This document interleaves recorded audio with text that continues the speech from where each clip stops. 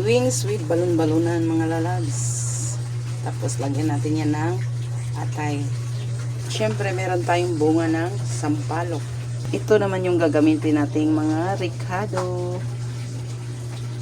Yan naman yung gulay natin. Pichay lang yung ilalagay natin mga lalabs dahil napakamahal ng mga gulay. Mga lalabs, maglalagay na tayo ng luya at saka sibuyas. Tapos nito saglit.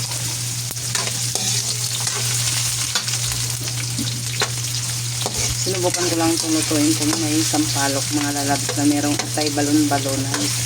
Nalo ko dun sa wings. Try ko lang. Parang masarap yata siya. Try lang naman. Lagay na rin natin itong kamatis. Yan, antayin lang natin mga lalabs. Pero first time ko lang talaga itong lutuin. May sinampalokang wings. Tapos meron siyang halo na atay balon-balonan. Try ko lang naman talaga ito mga lalabs. So, lagay na natin yung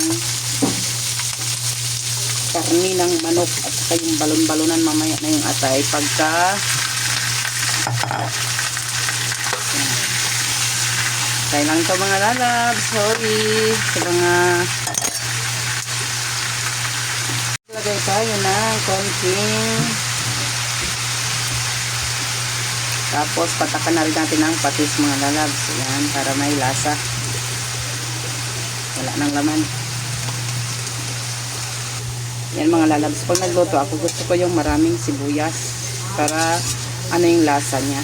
Sibuyas at saka yung luya bawang. Yan ang gusto ko marami. At takpan muna natin saglit. Lagay ko na yung sampalok mga lalabs. Para tipid, dito ko na siya pakuluin. Tapos, magdadagdag na lang tayo ng sabaw. Maglalagay na ako ng tubig, mga lalabs, 1 gram. Ayan, pakuluin natin para lumambot yung kanyang sampalok. Ayan, mga lalabs, pakuluin muna natin. Tapos, bago siya, lagyan na natin siya ng asin para tuluyan na siyang magkaroon ng lasa. Ito, maglagay ako ng asin. Wala tayong chicken cubes, kaya gamitin natin magic sarap, mga lalabs. Lagay na natin yung atay mga lalabs. Yan, kasi bawal daw yan. Baka ano na naman.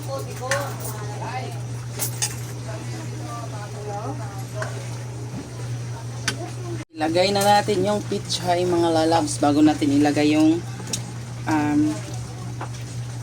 sampalok na pinag-anuhan natin. Tapos sabay na rin natin to. Yan. Lagay na natin yung tamarin mga lalabs. Kaya okay naman na yung kanyang lasa. So ito na yung tamarin.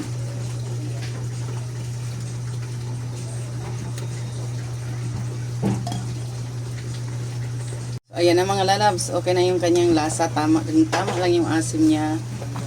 At saka walang langsa. So yan lang. Thank you for watching mga lalabs. Sinampalokang pakpak ng manok with balon-balonan at atay.